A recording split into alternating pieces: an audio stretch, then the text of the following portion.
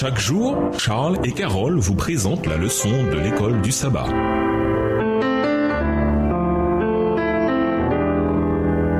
Bienvenue dans votre émission Dieu nous parle. Nous voilà la leçon de mardi, le plan éternel de Dieu. Lisons Colossiens 1, les versets 24 et 25. Que dit Paul sur les souffrances qu'il endure pour Christ? Colossiens 1, les versets 24 et 25. Je me réjouis maintenant dans mes souffrances pour vous, et ceux qui manquent aux souffrances de Christ, je l'achève en ma chair pour son corps qui est l'Église. C'est d'elle que j'ai été fait ministre, selon la charge que Dieu m'a donnée auprès de vous, afin que j'annonçasse pleinement la parole de Dieu. Bien que Paul ait écrit Colossiens alors qu'il était assigné à résidence à Rome, ce qui le faisait le plus souffrir, ce n'était pas l'impossibilité de se déplacer de lieu en lieu et de maison en maison, comme il avait fait auparavant. Acte 20, verset 20. Christ a prévenu que nous aurions des afflictions ou tribulations. Matthieu 24, verset 9, Jean 16, verset 33. Mais elles ne sont pas dignes d'être comparées à la gloire qui va être révélée pour nous. Romains 8, verset 18, version seconde 21. Voilà la vision globale. Comme Paul l'avait écrit aux chrétiens de Philippe, il se réjouit de ses souffrances dans sa lettre aux Colossiens, lesquelles sont dans leur intérêt. Colossiens 1, verset 24. Paul est peut-être en prison, mais la parole de Dieu n'est pas prisonnière. 2 Timothée 2, le verset 9.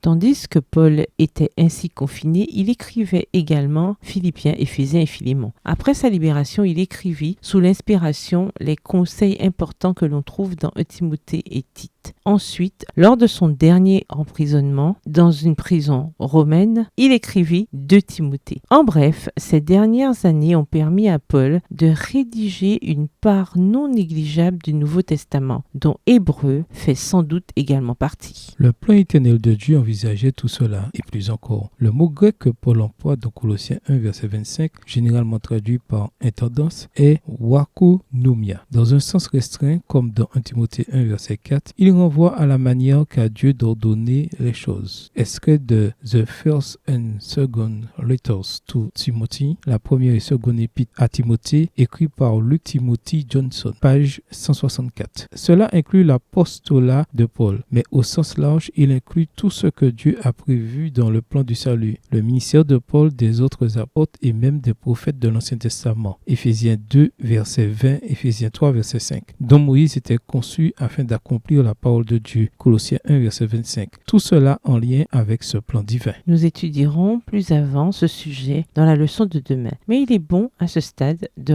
relever que Paul reconnaissait que son ministère faisait partie d'un plan à long terme bien plus grand, établi par Dieu depuis la fondation du monde. Matthieu 13, le verset 35 et Éphésiens 1, le verset 4. Réfléchissez à votre vie. Comment les décisions que vous prenez, les grandes et les petites, rentrent-elles dans le plan global de Dieu? Peut-on vraiment savoir si une décision est si petite que cela? Peut-elle avoir des ramifications plus importantes qui ne seront visibles que plus tard? Au revoir. Et à demain si Dieu veut. Dieu nous parle. Chaque jour, Charles et Carole vous présentent la leçon de l'école du sabbat.